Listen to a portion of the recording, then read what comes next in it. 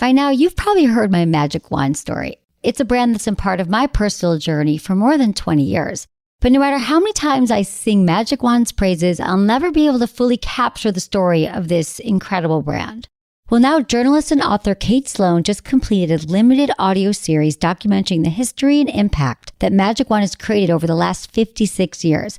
It's called Making Magic. And the series chronicles Magic Wand's incredible brand story through interviews with nearly 40 experts, performers, business owners, educators, and fans. So I got a sneak preview of this series, and what I loved is that Kate weaves together snippets from all their interviews into this amazing story arc.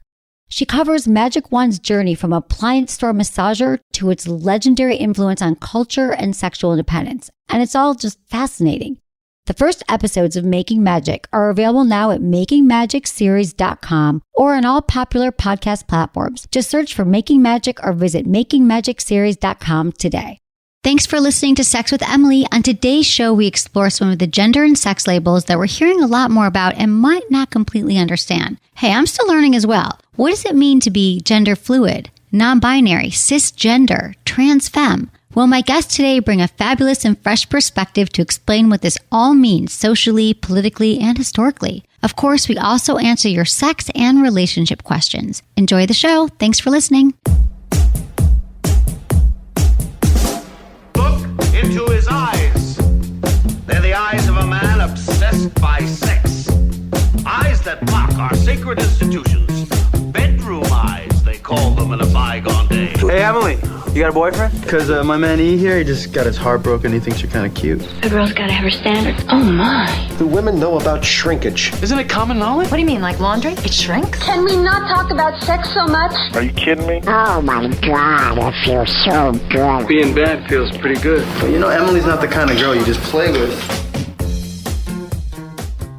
You're listening to Sex with Emily. We're talking about sex, relationships, and everything in between. For more information, check out sexwithemily.com because it's a party there. Every day we're updating it. We've got new blogs and videos and stuff going on there. It's really easy to also subscribe to the podcast. It's really important for us that you subscribe. It just helps us out with the show. And I know that we're all super busy every day and there's a lot going on. But when you just hit that subscribe button, it doesn't really change anything for you. It just means that you'll get 2 episodes a week and you'll know when they're available. But it just helps us with life and the show, and I can keep it free. It just helps. Got it? Thanks, guys. I so appreciate it. Also, follow me on social media. It's all at Sex with Emily on Instagram, Facebook, Snapchat, and Twitter. And we have a good time there. We document everything that goes on here. You know, we get like 20 pounds of lube delivered, our guests, all this fun stuff happening. Also, we have a sexy contest going on this month because it's October. And we know it's all about Halloween, so we're doing a contest. We want to know your sexiest tricks or treats. So you can email me and say, you know what? I've got this go-to move in the bedroom that works every single time. Like this one thing I learned I love, or like I can only have multiple orgasms by doing this one move, or this is my go-to blowjob move maybe that I learned and no one else knows about. I just want to hear what works for you. And then treats. What's your favorite, like, accoutrement? What's something that you need in the bedroom every time? Certain toy, condoms, lube, like a sexy piece of, like, lingerie, underwear that you're like, oh, every time I wear this, it's just amazing. So I want to hear from you, sexy trick or treats. Email me feedback at sexwithemily.com with the subject Halloween and enter by November 1st. And you know I always give out the best, sexiest prizes. So do that stuff. I appreciate it. I love you all. Thanks for listening. And I'm jumping in the show because I'm so excited for my guests here today because I just met them and I already love them and want to be BFFs. One of them I've been very close with already. I have Max Landworth here. And Max is a friend of Sex with Emily. I've known Max for a while now. We met, we've done some production work together, and he's a great guy, and I really support Max in all the things he's doing. It's a socially conscious production company, and he's just really smart, and he has a movie called Elle that he's doing around gender fluidity, and I wanted to expand my knowledge around it and also help all of you, and we've got some people here that's going to speak to this, and we're going to have I already know it's going to be a fascinating, illuminating conversation for everybody. So welcome, Max Landworth. Thank you, Emily. I am so glad to finally be on your show. I can't believe you haven't been on it. I know. It's been 4 years since I've known you. I've helped you with the production stuff. I've been in the office. You've helped me move into the office too? I helped you move into the office. I helped you move out of your place. And now I'm on your show, and I know. cannot believe it. I'm so excited. Thank you so much for having us. Well, of course, this was the time because you're doing really important work. Thank you. So let's talk about the film, introducing our guests here. I'm going to let you start. Cool. So yeah, we are working on a feature film right now called Elle, and it is going to be one of the first films, if not the first film, to specifically talk about gender fluidity and how that relates to interpersonal relationships. It's also the first film, as far as we know, designed to inform LGBTQ allies and the general public about gender fluidity and non-binary identities. But it's told in a way that's not preachy, and it's very fun and adventure-filled, and everyone's going to have a great time with it. So with us today, we have one of the actors from the film, Dany David, as well as one of our trusted allies and advisors, Jacob Tobiah, and we are so thrilled to be here. Thank you for being here. So I think we have to first start by, I want to just define some terms. So even you might have just lost people when you even said gender fluid, binary. Like I kind of want to go through some of these things so they even understand. They're going, I don't know what that means. I've heard some of that. It's confusing. So let's talk about it. I would love to talk about it. And I think one of the biggest things to point out right off the bat is that the terms, while there may be a lot of terms, it's nothing to be scared of. It's nothing to reject right out. It's a new language that we all want to learn to help everybody else feel comfortable and to accurately describe how people feel and how people identify. So it's just being mindful and being a better person. So everyone should just be open to it. Absolutely. Because we talked about like being sexually fluid on the show. Mm-hmm. We had a guest on, Nico Tortorella. Do you know Nico? Oh, right? I love Nico. I love Nico. I mean, how hot is Nico? It's absurd. It's like ridiculous. Like he was in here and it was like, I literally almost like had an orgasm on the show with him. But I didn't really, but I wanted to. But anyway, so we talked about that and about how he's, he sleeps with men and women and transgender. He's kind of open. So we talked about that. And I think that people get that, but let's talk about the difference maybe between gender fluid and sexually fluid if you want to start there. Sure. Or wherever you feel like it might be comfortable. Yeah. Well, I do not identify as non-binary or gender fluid, so I can only speak off of my own research and my own communication with people who identify that way. So I will definitely let Dany and Jacob kind of take the reins with it. So, Jacob, welcome. Yeah. So, can you tell me about your story? Introduce yourself. Yeah, well, my name is Jacob Tobiah. I am a writer, producer, author of forthcoming memoir Sissy with Putnam Books at Penguin Random House. I only introduce myself that way because I am damn proud of it. As you should be. Yeah, and I'm sure that Dany and I are similar in this way in that I use like a gazillion terms to describe my gender identity, right? For me, it's like, I feel like if we're going to make sort of like a very campy Sarah Jessica Parker kind of analogy, I think analogies might help people. No, analogies are my favorite thing. Like Best. I like my writing. If you don't like analogies or metaphors, my writing is insufferable because my whole life is just like analogy after metaphor explaining how my identity came to be what it is. But I feel like the sort of Sex and the City metaphor would be like, for me, labels around gender feel like purses. You have one or two that are your go-to that you use all the time, but like you want a collection, you want a lot of different words to describe who you are. You want a lot of different accessories that help illuminate to the world around you, how you understand yourself. So what are some of your purses, your accessories around gender? So I use the term genderqueer like all the time. I use the term trans to describe myself. I'm fine with the term gay actually in a lot of contexts because that was so much a part of my historical experience. I use the term femme. I use the term trans feminine. I use power femme, sometimes goddess. Every now and then I'm a okay, but that's so right. So okay, so. That's great. Yeah. You have all the options, but I'm thinking, okay, so gay was the first one where you started. Like, what about your history? Let's talk about when you started figuring out that maybe you weren't like everybody else. And what age was it when you're like, I'm not sure if I'm attracted to men, women, if I even identify as like a cisgender male. But I'm not cisgender. You're not cisgender. Yeah, but we can talk. I'm so confused. See, already. No, it's fine. So here's the thing. I mean, like, the language is complicated. Like, it's so nuanced. I already thought I understood that part. No. So I mean, I think the thing that the thing that the way I feel about gender language is it's kind of like the internet. It's like there's new terms that are emerging all the time, and it's not that we're like making new things up. It's that we're just like having different ways of talking about getting information, So I think what we have right now is all this language is sort of emerging. So we have more ways to talk about what's already been going on. So I'm not cisgender, because cisgender means that if you're assigned, you're assigned at birth, everyone, at least in Western medicine, is assigned male or female by a doctor, right? And so you were not identified as male. I was identified as male. But I thought that's what it means. If you're born as that gender. Cisgender is about how you feel about how you were assigned. Oh, okay. So if you're cisgender, you like what you were assigned and you feel comfortable in the gender identity that quote unquote correlates with who you are, right? So like when you're assigned male at birth by a doctor, everyone assumes that you're going to grow up to be a man, right? And that man is going to feel comfortable for you. Right. Yeah. And the same thing with female and woman, right? And so the idea is that you're like part of the trans spectrum, you're part of the trans community. If in some way, shape, or form, you don't really feel at home with the or don't identify with the gender that's supposed to go with your sex. Right. Does that make sense? Yes. So everyone else was like, you're a man, you're a boy. Yeah. Wait, when you were a kid. Yeah. You're like a boy. And then at what point were you like, I'm not so sure I'm a boy? I mean, like super early on. Like what age? Some trans people, their experience is very much like, it's like, oh, like I am a girl, right? Like some people are like, I was assigned male by a doctor and I know that I'm a girl. Right. And that wasn't quite mine, right? See, this is what I'm saying, because people with trans, they're like, it's one or the other. Like I was born as a man, but I think I'm a woman. But this is why we're talking about like you kind of felt both. Yeah, so why must I choose? And that's what we're talking about, gender fluidity. Yeah, and that's what gender fluidity is all about. It's about sort of expanding the idea that transness isn't just like, it's not just an express train from like, from like Boston to New York, right? It's not like a one path kind of like, you try and get there as fast as you can from one spot to the other. My gender journey is like, I feel like a bumblebee. I'm just like buzzing around and I'm trying out a lot of different things and landing on a million different flowers. And I'm really excited about all the pollen that I've collected on my haunches. And I want all the experiences of gender, because when I was a child, I didn't know what a word was for my gender identity, but I just knew I had gender coming out of my ears.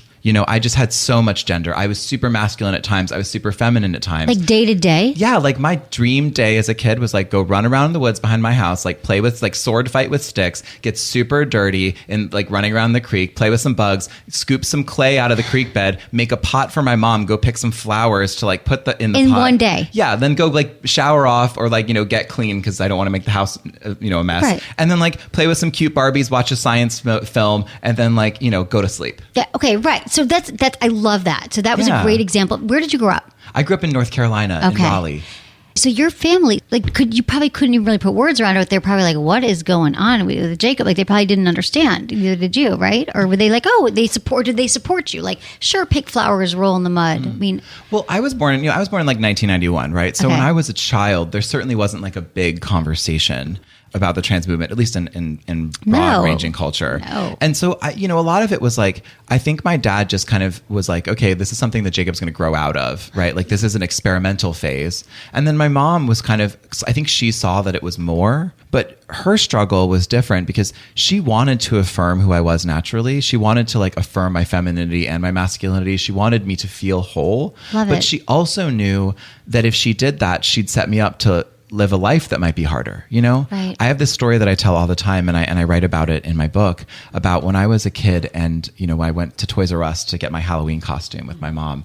And she asked, like, well, who do you want to be for Halloween? And there was one year when I took a risk, when I was like, I'm going to ask to be something that I know I shouldn't ask to be.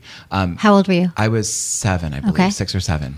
And I had just seen the film at the time, and let me give a preface that I'm not encouraging anyone to practice cultural appropriation on Halloween, but I was 7 and was not as politically informed as I am now. So 1998. So I had just seen Pocahontas, right? Okay. And all I knew, like no one, if you're white and you're listening to this podcast, do not go dress up as a Native American person. No. Not cool, never cool, not a good idea. What I knew about Pocahontas, though, at that age was just that like she was the most badass of the Disney princesses, because Mulan hadn't come out yet. And like, she was like, she ran around the woods and I ran around the woods, and she loved cute little dresses and I loved cute little dresses, and she talked to trees and I also talked to trees, So it just sort of worked for me on a lot of levels. And so I looked to my mom in this very tender moment and say, kind of with all the courage that I have, knowing that I'm walking out on a limb, I think I want to be Pocahontas, because I saw the costume, it was right there, and I was like, I think this would be great.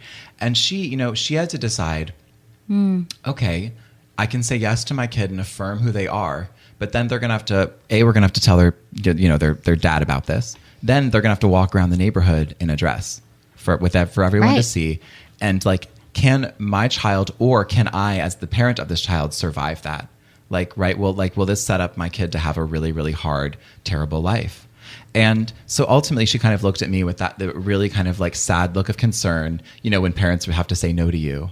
And she was like, well, could you be another character from the movie?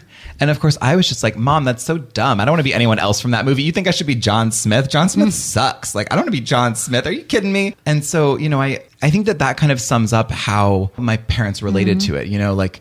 So what, were you Pocahontas? No, I didn't. I can't even remember what I went as, but it was something because I was so bored and a little bit heartbroken that I don't even remember what I ended up going as. Because it's so hard as a parent, I'm sure. Because I sound like your mother's so loving, loves you, sees who your spirit is, wants to support you, and then and just doesn't society, know how. Right? And you know, we had to grow together in that way. Right. Okay. And I think that's one of the most fascinating things from my journey. You know, understanding all this is how young kids are when they start, when they are, you know, kids are very smart. They're very in tune with who they are. And it's learned behavior that really deters them from expressing who they really are. And the kids who identify as trans or non-binary, you know, they have the hardest time in schools. I think it was a study came out from Gender Spectrum, a national organization, and I think they said 74% of transgender or non-binary kids in school feel uncomfortable even going to school because of their gender expression. So the kids are the ones who are really facing the brunt of this. Right. Well, I have a question for you then, and then we're going to get to Dany's story in 1 minute. But the question is about trans versus non-binary. Now that there is this gender fluid umbrella that people can kind of identify with as well, do you think that there's some kids who are like, oh, I thought I was trans, and maybe I'm more gender fluid?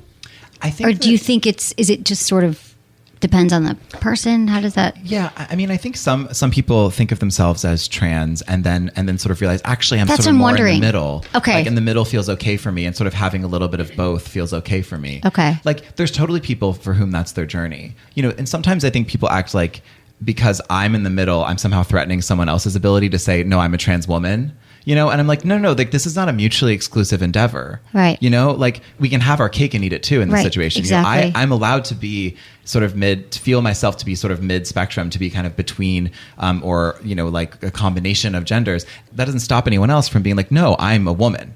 Right. You know, like we're not challenging other people's ability to identify how they currently identify. I don't think I'm just wondering if it's been this great thing for some kids who are like, oh, I only know trans right now. So that's what I'm thinking. But maybe sometimes I feel like a woman and sometimes I feel like a man. Maybe they thought I had to choose because I was born as a boy, but sometimes I feel more girl. So I had to choose. You know what I'm saying? So from my understanding, and Jacob, maybe you can correct me if I'm wrong, transgender can kind of apply to that general umbrella of... Right, so that's the umbrella. That's the overall. And then within the trans umbrella, there's binary and non-binary. So a binary trans person would be somebody who is assigned male at birth and wants to transition to be female. Right. Or vice versa. That's how I always understood Whereas it. a non-binary trans person may fall under the gender fluid, gender queer, pansexual, any of those. We should put a flowchart on the website. Can we do that? I have access to really? so many of them. Let's do that, you guys. Yeah. If you're listening to this, I think this is really important information. If you're like, what? I mean, I'm still learning. So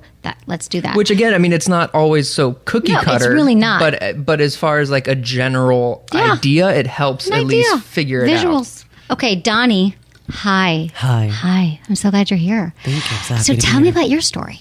Well, I was born in Iraq, 1989, and then we refugeed from Turkey to Sweden. So I grew up in Sweden, and I came to LA 7 years ago. Okay. And then, so what about your upbringing? When did you start feeling like you were born as a male in a hospital in Iraq? But then, as soon as I remember, age of 4 in Sweden. Okay. And what happened? What do you remember feeling at age 4? I immediately started to experiment with dressing up in the kindergarten in dresses, and always immediately attached to the girls. So then you were dressing up, and then how were your parents? Well, I mean, they're Syrians, so they're Christian Greek Orthodox. So, but my dad and my mom was, because they're Middle Easterns, you know. So mostly the male in the family is, you know, they're gonna be in charge, most of them. But like my mom wasn't sure what was going on, but my dad was very strict. He was like, no. Okay. So then you left and moved to California eventually. Everything's okay now. No, I grew up in Sweden like till the age of 21. Okay. But I went through a lot with my parents for them to accept me. Um, And now they accept you. yeah, now they're good. Yeah, now, Okay. but I had to educate them. I'm and sure. I had to make them understand since the age of 4, you know. So tell me more about the conversations with your parents and some of those. Well, my dad challenges. was very like, because I immediately started playing with Barbies, and I was more like I was very, very feminine. So I wasn't actually interested by the age of 4, 5, 6 to be with the boys, or, you know, it was later I started to discover that, okay, you know, like I like soccer because my brother is a soccer player. And then I started joining that, and then I was with the girls again. So that's when I found the fluidity. The more the fluidity. So now Yeah. you're with, some days you identify more male. I would say Some days yeah, female, right. But most of the time, I feel I define more as a female. Okay. But at the age of 4 or 5, I was immediately like, oh, this is. I don't know Right. how it was, but I fell in love with hanging out with the females and dressing up. Okay. So let's talk about then the history of gender fluidity, because just because we're talking about it now does not mean that it's necessarily a new term or new concept. Not at all. Yeah. So let's Which talk is- about that. Which is one of the funniest things. I think I've heard so many people say, "Oh, this is all just a trend with millennials," and that is ridiculous. It is Yeah, right? it's so Exactly. ridiculous. Yeah. The history of gender fluidity, while it's had different names, thousands of years, and has been accepted in other cultures around the world. Even today, it's accepted. So I know in Native American culture, there's 2 spirits. In ancient Hindu scripture, it's Hijra, which is a 3rd gender. It's in the Quran. They talk about this, and in those cultures, these people who identified as, you know, what we would call gender fluid are people who were held in sacred, esteemed positions within the community. They were people that would be advice givers and Prophets or sort of shamans, prophets, yeah. mystics, Yeah. but they would be held in high esteem. They would be, you know, renowned members of the community that would provide guidance, Right. which I think is And the same fascinating. thing that happens is I would think it gets repressed by people who are confused. The white man, it's kind of like in women, feminine energy. Yep. Yeah. In ancient India, when the British came to colonize it, that's when it really kind of became suppressed. And same with in the Americas, when the British came and took that kind of identity away, and then we categorized them in 2 little boxes: Yeah. male or female, pink or blue. And and enforcing gender norms was actually like a huge part of the colonial project, Right. because, you know, you had these indigenous cultures that were like, we see gender completely differently, and they were like, no, you have to see it the white way. Right, You have to exactly. see it The like white- the the white Western way or the white way? The white, yeah, the white way, which is Right. not the right way. Right.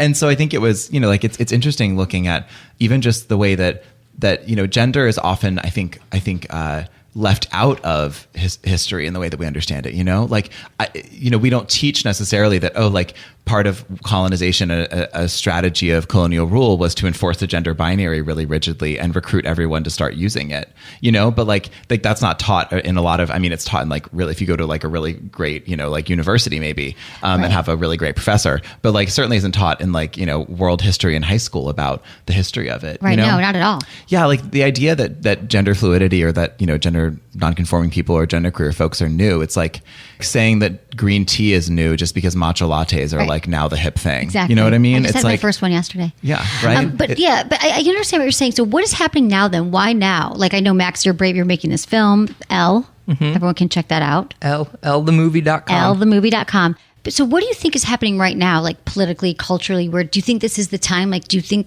this is where people are really ready to hear this and understand it? I mean, I know there's we have a long way to go. I feel like even transgender issues are even more so in the forefront right now. People are like, oh, I kind of understand that, but this is like another concept, I think, that people are kind of wrap their heads around. So why now, and what do you hope to see happening? I mean, it feels to me like a lot of where this is coming from is that, you know, the internet doesn't solve everything. I'm not going to be one of those people who pretends that like the internet's going to solve every social justice problem. But there is a degree to which being more connected globally and being more connected to other people helps folks, I think, understand from an earlier age that like they're not the only one. Because a lot of times I think what it feels like, I don't know if this is how you felt, Dany, when you were a kid, but when I was a kid, there were moments even though somewhere in my heart I knew like, no, there are other people like me. This is not weird. This is normal. This is good.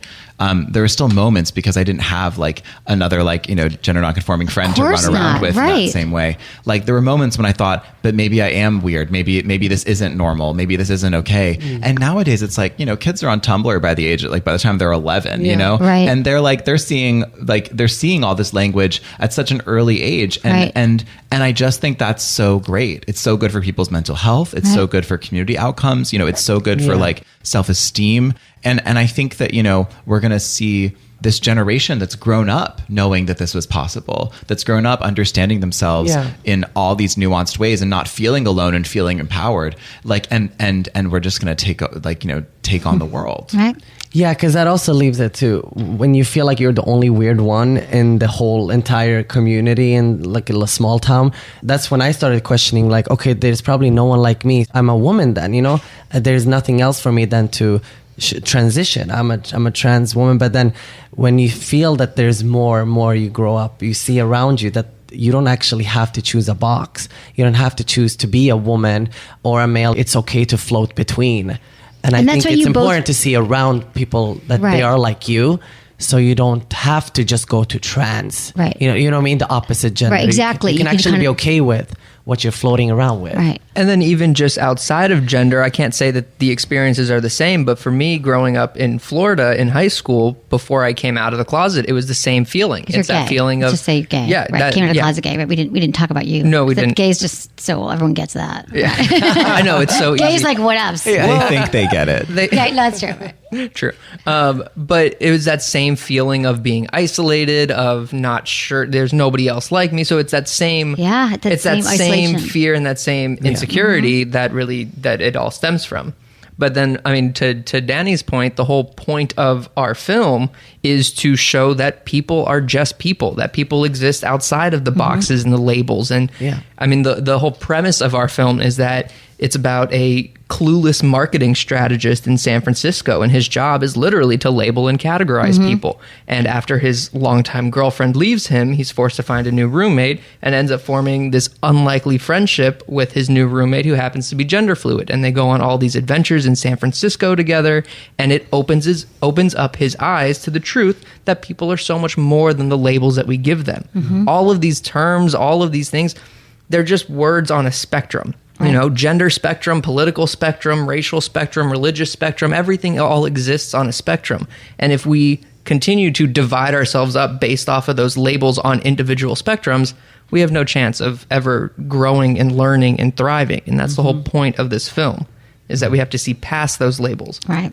To develop compassion. I saw exactly. So I saw the scene when Dany, you meet your roommate comes out and you're in a dress. Like he had you signed you up as his roommate, thought you were a man, and he's like, oh, but now you're wearing a dress, and it's so confusing. And you're like, well, some days I wake up and I wear a dress and I feel like a woman, am I feminine? And some days I'm in the masculine. And how realistic is that in your life? Or would you say for people, like, do you feel like I'm just curious how it rolls for you. I love that question. Yeah. Me personally, I feel my style of what I, as a trans feminine non-binary, my style is very, very like tomboyish. Right. As a girl. I love your whole style. Like, I want your boots, I want your shirt. Yeah. Like, I'm not very like... in my life as Dany David, like I'm just I don't wear like dresses or anything, because for me personally, I don't feel like that's my style. Got it, right? Do you know what I mean? I get it, right? Yeah, like a normal cisgender or whatever, but there's so many times where I can literally see the change in my energy, and like, for instance, like going to a gay club, right? Like I go to a gay club, I have sneakers, I have a little bit of a 5 o'clock shadow, still like growing a little bit heavy beard, and like a cap and just a t-shirt with my friends. I immediately being approached differently than I am when I go with my heels, tight skinny jeans, and a crop top. I immediately, that's the girls' bathroom I go to, and I'm okay with that. And then I go as a male looking. I float. You float, right? I go to the groceries. I'm just like, okay, a sweater and a cap. I feel so good because I'm just like, okay, whatever, And it's, for me, it's not like, oh, I'm choosing. Right. It's not your choice. Exactly. It's how you feel in the moment. Like today, I'm like, do I want to wear heels? I wear my overalls. Really easy to put on. Like, I get it. I get It's just like something inside your soul that is just like, it can't be explained. I get it. I'm trying to explain to this. Well, I want to understand also like dating. for both of you. Explain that to me. Like, who you're attracted to, does that change as well? You know, men, women, trans, fluid, what? Tell me. Yeah, I mean, like dating for me has been, it's very interesting because, you know, I mean, if you think about it, it's like, I feel like I wear a little too much lipstick for the gay boys and don't have the right equipment for the straight boys, you know? Like, it's kind of this interesting thing where, you know, probably the people that I should be dating are like, I think likely like bi or pansexual or sexually fluid dudes, right? But the reality is that while there are like a gazillion people who are actually bi and pan and sexually fluid, like there's like maybe 5 or 6 who are like out, you know, right. And who like are like who are like, you know, self-actualized and like living openly and dating openly as bi or pansexual folks, right? Like if you go on, you know, like OkCupid or Tinder or something and search just for bi people, like for bi guys, it's like pretty, you know, it's pretty slim pickings. Yeah. And that like mathematically, we know that that's not related to like the actual amount of bisexuality in the world. We know that that's related only to the stigma around bisexuality and pansexuality. And there is there's a stigma with everything. So with all of this, I think that like in the gay community, like you can't really be bi, then you're just gay, or you're too femme. You're too femme, right? Exactly. Yeah, so like, what about your sexual? Like, have you been with men and women? The way I frame it, because I try to find like the most inclusive, sort of broad-ranging way to frame what I want, and I'm like, I'm into anyone who wants to get into me. Okay. You know what I mean? I like that. Yeah. So like you've been attracted, but that means that's more reactive then. A little bit, yeah, and that's the trouble is that I think a lot of times because I'm sort of quote unquote non-traditional, right? Because I'm sort of the new thing, I have to pursue really strongly when I want somebody. But like when you're masturbating, what are you fantasizing about? Well, I mean, like most of the time, it's like I feel like it's, you know, it's for the most part, it's like masculine of center energy, right? Like that's what I'll call it. Masculine of center energy. Yeah, like masculine-ish on the spectrum energy, right? Like I'm into more masculine. It's more about energy. Like I really think it. And I understand all that. Like if you're more in your to say that feminine. like I couldn't be with someone who is like wearing a really fierce lipstick, but I need like it's the energy that I'm into, right? Like and maybe calling it masculine is stupid in this day and age, right? Like a more dominant energy. You can't get rid of masculine and feminine because where the hell are we going to be? You can't get. But I feel like we can a little bit, right? Please, like I'm like not today. Okay, well I can clarify that like, you know, it's more about like a kind of like a dominant assertive energy, right? Because that's not strictly masculine. No, you're right. You know, like if I'm very in my masculine a lot of times. I have to be more in my feminine. Yeah. And so I think like it's about sort of energetically what you seek. That's kind of, people are like, so what's your sexual orientation? And I'm like, oh God, with the boxes, and they're not inclusive enough, and they're not interesting enough, and they're not like sexy enough. I'm like, I want to talk about the energies that I want. I get it. Yeah. What about you, Dany? Yeah, I'm agreeing with Jacob. I'm very like with when dominate. I don't know. It's, masculine. I like quote masculine, but I also am very, very. I can get very attracted to like a person. I don't care if it's like male or female or trans or, you know, all those. I understand that. If like exactly what Jacob says, I'm attracted to energy. Mm-hmm. And if somebody like gives me that energy that it's like, you know, and I'm just like, I want to get to know you. Right. You know, that's how I would. Right. No, I never like go like, you need to be a male and I will not date anyone else. Right. You know, I'm not like that. No, I understand that. It is more about, it's about attraction, which is like this elusive thing. Like, why am I attracted to? I'm attracted to. And it's more like you're just more open. I get it. And the soul has no gender. Exactly. True. Aw, it's beautiful, cute. Max. Jacob, Dany, Max, thank you for being here. This is so fun. I'm going to take a quick break, give a shout out to our sponsors. I love you all. Thank you for supporting our sponsors. And we'll be right back.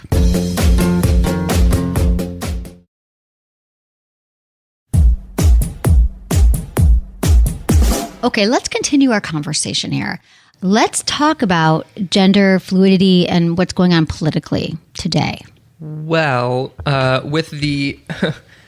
without getting too political, with the current administration, there are a lot of threats for the entire LGBTQ community. But in terms of the positive and the good and what's actually happening for the community, there have been state bills across the country that are starting to recognize third genders on government-issued documents. So our film is endorsed by 12 LGBTQ organizations. One of these organizations is the Intersex and Genderqueer Recognition Project, and their entire goal is to increase visibility on government documents.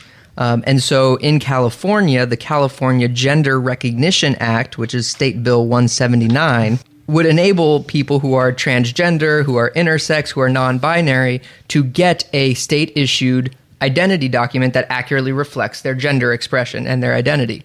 So that's on the ballot right now, you're saying, or it's going to be? Yep. So it passed the California Senate, and I believe it is passed the Assembly, and it is now going to Governor Brown's desk to be signed. And California would governor. be... Okay. Yeah, and Still. but it's progress. And California, if it passes, would be the second state to do it. Oregon also passed this bill, as well as Washington, D.C., which was the first, which is not a state, but it's the first place that put this into motion.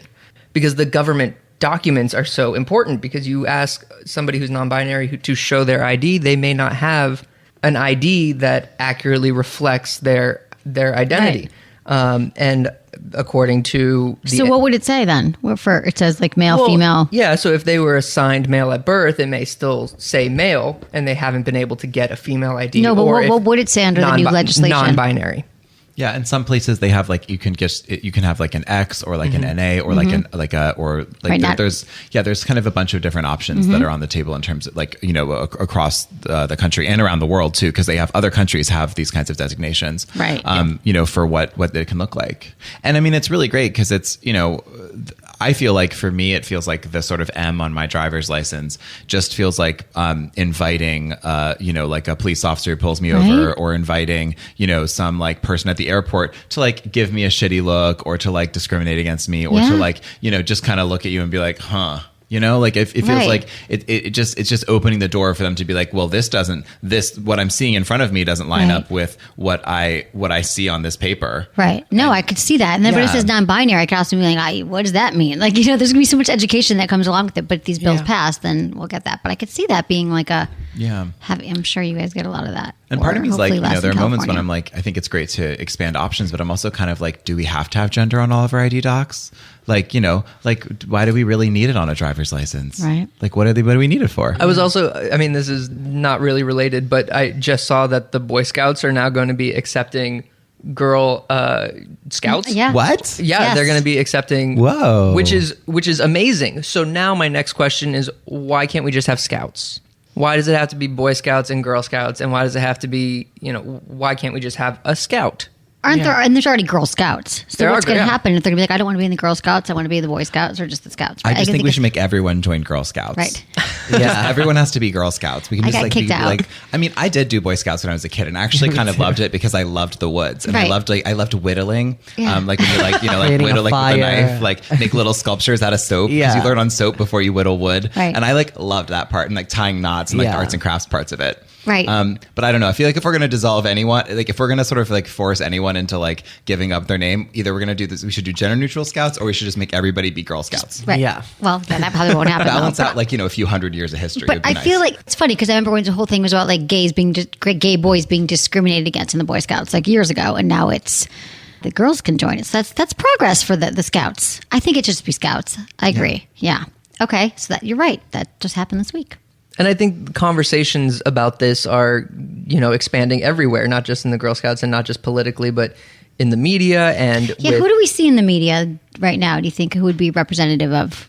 TV, I feel like, has been doing a really good job of getting inclusivity on screen. I know Asia Kate Dillon is the first non-binary actor in a non-binary role on a major TV show.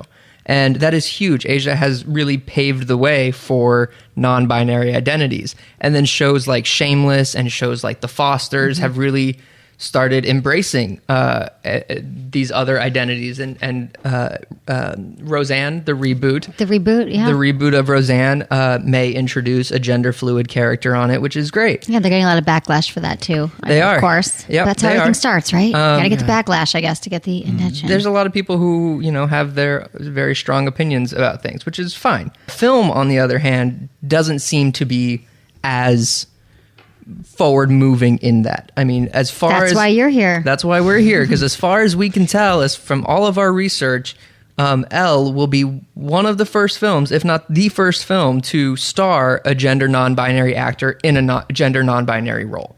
There have been other films that touch on this, but it really we haven't seen anybody in the forefront of that role. And so Elle will hopefully be one of the first. Yes, people can check it out on your website. Yes. lthemovie.com. lthemovie.com, like the letter. lthemovie.com. Okay, congratulations on that. Everyone check that out. And then also I wanted to ask Jacob and Dany, so let's say, and Max, of course, if people are like, let's say people are living with, working with, have friends that are thinking like, I'm not sure, maybe they're gender fluid, I can't really tell, I don't really know how to approach it with them or talk about it, because it can be like, I didn't even today, I'm like, how do I mess, are they there, am I going to mess up, call you guys something wrong, which I already did, I'm like, you're cisgender, I'm not cisgender. It's very confusing, and even I think I know a little bit more than most. How would you recommend that people kind of bring up these conversations when they're like, I don't even, because you'd welcome it, I'm sure, right? You guys are all about educating and like, let me. Yeah. I mean, for me, like the number one rule is just like be chill. Yeah. You know, I mean, and that's like oversimplified, but I can explain a little bit more about what that means. But like the hardest part a lot of times about like being gender nonconforming and especially being like trans feminine in public is just like managing other people's anxiety. Right? It's like, so true. I walk into a room and I can just like feel everyone being like, oh God, is this okay? Is everything okay? What's going on? And I have to be like, it's fine, everybody. Everything's cool. I'm here. It's all going to be fine. Like you don't have to like, you don't have to like go scramble and change like the whole layout of the room all of a sudden, you know, like, I think that it's about like having kind of like a chill and a real confidence that like you care about this person. And so even if you like mess up, you don't have to be, it doesn't have to be like, if you use the wrong pronoun or something for a sec, it doesn't have to be like, oh God, I just like mortally offended you. It can be more like, oh, sorry about that. Wait, which one do you use? Oh, okay, cool. And then just like work on it. I don't think of myself, other people may think of me this way, but I don't think of myself as some like big, scary, non-binary ogre walking into the room being like, if anyone messes up, I will destroy you, you know? I'm like, I just think it's like, be chill. And the other thing I will say is like, if you've got questions, asking someone is great, but the even better thing is that there's this thing called Wikipedia, and like you can do some research before, you know, it's like, I feel like making it an accepting environment for someone is like being a good like hotel concierge, you know, like you think of shit before other people, you do a little work in advance of like helping someone else feel welcome. You know, it's like if I'm your client and you're trying to make me feel welcome, like you're going to want to know a little bit about me. You're going to want to know a little bit about or if you're having me on your podcast, you're going to read my bio before I come on, you know, and watch your videos. Yeah. And so it's like, you can do the same thing. Like you can actually do a little bit of like prep and like, you know, if you're confused about, okay, well, what's this versus this, like you don't have to necessarily ask the person right away. You can like do a little bit of reading and a little research so that you have a more informed conversation to have. And people will totally appreciate that, because I can't tell you how many times people are very well meaning, but I'll be like at a gala, like drinking some wine in like a gorgeous floor length gown. And I'm trying to like network and hustle and do my career thing. And then I end up giving someone like a gender queer 101, like at the, you know, Beverly Hilton. And I'm just like, I want to be like eating you know, my dinner, not like giving like gender 101 here. Yeah. Like I've literally made videos about it. You can just go watch that. You know? Where can people find your videos, or we can also link to them on the site? Yeah. So I did a whole sort of like informative series for NBC News a year back called Queer 2.0. And there's a bunch of videos there that really touch on all of that kind of stuff. And then also, you know, if you just go to my website, jacobtobiah.com, I have a whole bunch of different articles I've written about all kinds of That's different a great place to start. Okay. Yeah. Did you want to answer this as well, or Dany, how you would like to be approached? And also I want to know, like, what do you think is the biggest misunderstanding that people have? That was my next question, if you want to. Most of them I've gotten is like, so you are a girl or a boy? Right. Or what do you want to be? And I'm just like, I always go like, I am me. Okay? Like, calm down. I'm me. I can get a little bit feisty sometimes because I've been approached a little bit aggressively sometimes. So, and I have that Middle Eastern from my mother, you know, I'm very like, I stand my ground. I'm very protective of myself, but I'm also all about inviting, you know what I mean? Right. I'm very inviting. So I get a lot of that, but I'm always open. But it happens when I'm at a bar with my friends. We've talked about this in our gender talk for L. It mostly is like at parties or when it's like a lot of cisgender, because I have a lot of cisgender friends.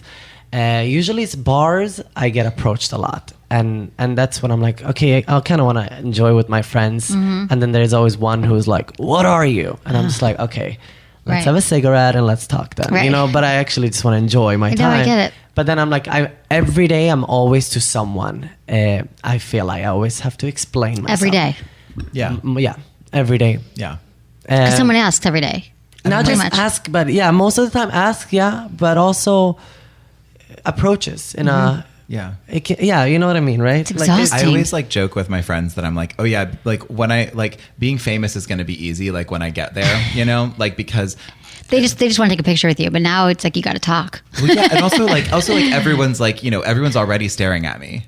You know, Yeah. so it's like people like I'll go on the subway with friends who haven't walked around in public with me before when I'm presenting really very feminine. You know, like this is I would say like the outfit I'm wearing now. It's like a cute little femme-ish center blazer, and then like some lipstick and some eyeliner and some earrings and a necklace. Like this outfit, I'd probably say is like a 5 out of 10 on the like getting stared at scale. Right. But if I just wear a straight up summer dress, like and I walk down the street, I mean, it's like it's nonstop eyeballs. You know, a few cat calls, a few slurs. You know, like it's and my friends will be like, oh my gosh, how do you deal with that? And I'll be like, they were looking at me. What? Right. It's like, you just block I've just it. zoned it out. So I'm like, like once I'm like, you know, once I'm like in movies and like, you know, get where I'm going in my career, I'll be like, oh, it's fine. It's whatever. People already stared at me at lunch. Now they're just staring at me because they buy my stuff. Right. Exactly. Yeah, they stare a lot, and I'm beyond that point too now, where I just zone out, and I just don't care, even though it's negative or positive. Because I mean, I'm wearing pretty like chill outfit, but I mean, I got my heels on, But it's fabulous. and it those took heels me are so years. cute. Sam Edelman, 7 years of a hunt. Just those heels can like get. Just some energy, negative energy or whatever. But I've just learned to zone it out, and I just can't do it anymore. You know, Right. Because it took so That's many healthy, years 'cause to if you wear take these it- heels. Right. You know? Exactly. Yeah. It's a great conversation. We've said a lot here. I love it. Emails. Okay, if you have a question you want me to answer on the show, that's amazing. There's 2 ways you can do it. You can text 797979. One word, you're going to text Ask Emily. And then you're going to get a message back, and it's going to have a link where you're going to be able to ask your question, or you can go to sexwithemily.com via the Ask Emily tab. And as always, please include your gender, your age, where you live, and how you listen to the show. Dear Emily, I started to explore my gender fluidity just prior to getting serious with my now wife. I'm not sure I totally figured it out beforehand, and my wife is aware of it. She's not on board with me exploring, as she views it as cheating. Any recommendations on how to drive the conversation with her? Thank you, Dan. I think just he's gender fluid, and he got married, and she kind of knows about it, and he wants to be able to explore, I guess, which is more like, I could see her seeing that as cheating. Like, we signed up for monogamy, you're my husband. If he feels that he's gender fluid, then he's not going to be able to probably just kind of cut that part, right? You guys can't just stop. I think if you're in a monogamous relationship and you've committed to a monogamous relationship and your partner understood it as monogamous, like it's fair for them to say, I don't want you like fucking other people. Even if there's a part of you that you feel you need to explore, like that's part of what comes with monogamy, is like you kind of agree to explore all of the parts of yourself with the person you're with, you know? Right.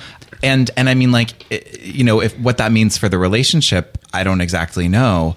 But I do feel like, you know, if you committed to monogamy and like you talk to your partner about maybe opening things up and they're not into that, like gender fluid or not, like that's something you have to address as a couple. I would say, it's tough. It's not even a gender fluid issue. It's more like the people who email me every day saying, I want to have a threesome or an open relationship. My partner's not on board. So there's a lot more going, Dan, I don't going feel like on you here. get a pass. Like just because you're like experimenting with your gender identity doesn't mean you get to like break the rules of your relationship, like without, in a way that's non-consensual with your partner. Exactly. And I think that she might also be very confused right now if this is something that she said that she was aware of it, but there's a lot of education that goes into it. So maybe I think therapy would be really useful, finding a really good therapist that understands this, that can kind of help your wife understand what you're going through. And it's not just like a choice, that it's truly who you are, and finding ways to deal with it. So one of our other endorsers for the film is Dara Hoffman Fox, who is a licensed gender therapist.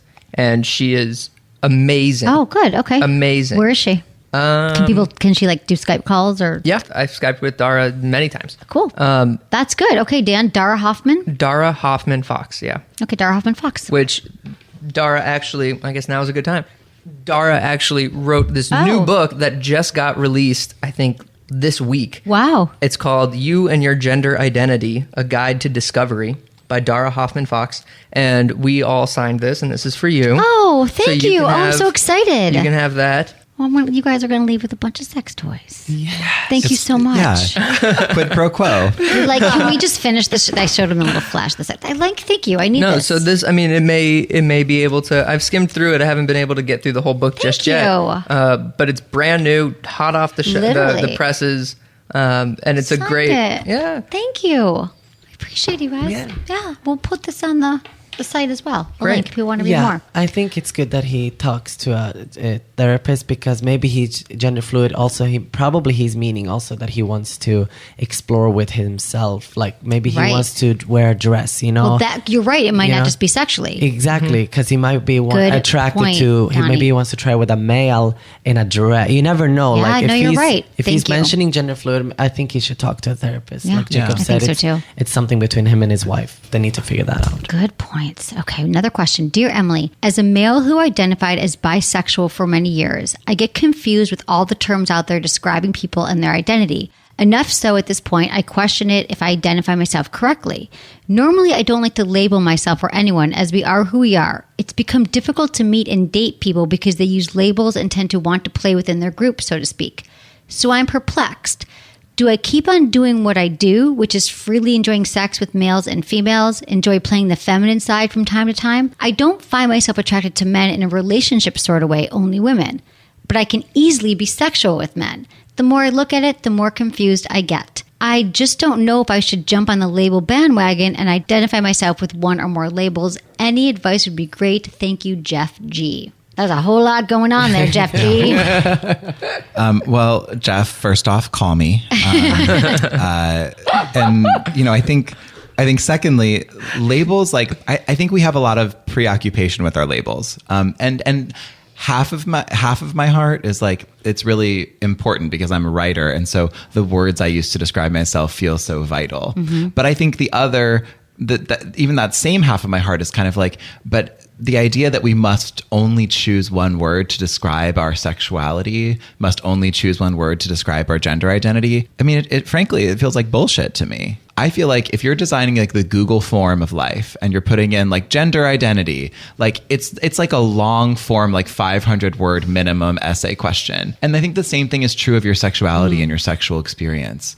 Like I think that you don't have to necessarily find one word that sums up conveniently who you are to everyone, nor do you need to have one word in order to find partners that are great for you. Because you can just suss out the energy in the room. Right. So I guess he's feeling just the pressure, right? Because, also, don't, maybe it's not going to be easier once you find a term either. Like Carmen Carrera said in the new TV show about the models, she says, she's passing as a cisgender, and once you do that as a trans woman, there's a whole nother shit show, Right, exactly. And it's the same here. I don't think Jeff is going to. He's kind of caught up on the wrong problem. He should be focusing more on like just enjoying and taking moment by moment. You don't have to, just because you will have a term as a gender queer, whatever. It's not going to make it easier for you to make up your mind what you want. Like, just relax and just have sex with energy. Right. So maybe he's part of the movement. He's like, should I jump on the label bandwagon? I think we're saying no. Well, Jeff, there's a whole nother shit show if you do that, just so you know. I don't think he has to necessarily, but I also think that he also owes it to his partners to love, like to love or fuck or make love or whatever he's doing with them, without shame or stigma, right? I think that for me, sometimes when there are people who are having trouble with how to describe their identity, part of it is coming from a place that they have still some residual shame from growing up in a world that makes it difficult to be attracted to the same sex, or difficult to be gender fluid, or difficult to sort of embrace your gender or your sexuality. Right. And my thing is, I'm like, you don't have to land on a label, Jeff. What you have to do is ensure that you're loving and fucking without shame and empathetically and kindly and consensually and good. No one should feel like they have to like leave your place through the back door, or that they're like some like small weird side thing. Unless of course that's what turns you on. Right, exactly. We don't judge. But I think the shame thing, I think people feel shame no matter what their gender, sexual orientation. I've been on the receiving end of that shame, of people who are like attracted to me, but then are a little bit ashamed of like taking me out in public, or ashamed of admitting to their friends that they're attracted to me. And that feels disastrous. Like, I don't care what word you use to describe yourself, but you need to, if you're going to love me or fuck me, you need to love me or fuck me without shame. Like, own it. Yeah. That's the only way it's high. Okay, thank you. That's very helpful. Okay. How can everyone find you? Everyone. Did we already talk about like lthemovie.com? Yeah, lthemovie.com. All of our social media handles are at lthemovie 2017. Okay. I'm Well, first you can find me through, I'm signed with Transgender Talent. Okay. With Ann Thomas. Okay. So that's usually how That's the best way? Yeah. Okay. Or Instagram. Instagram? It's Dany David Bitch. Okay. Dany David. Yeah, I'm at on Instagram, Twitter, Facebook, everything at Jacob Tobia, Okay. Tobia, and also jacobtobia.com. And I do a lot of like public speaking. If you want to bring me to your campus, to your community, Yeah, to your I think you should go company, speak on any of that campuses. stuff. I do a lot of that already. I have a robust practice. So hit me up, and jacobtobia.com has all the contact information you could want. I love it. Well, thank you. Thank you for being here, for being so brave with your stories. I think this has been really helpful for me, my audience, my listeners. So thank you. It's been great. Thank you. It's been great. So fun. Okay. And thank you to my amazing team. Thank you to Ken, Jamie, our interns, producer Lark, Mikey there on the sound. And thanks everyone for listening. Was it good for you? Email me, feedback@sexwithemily.com.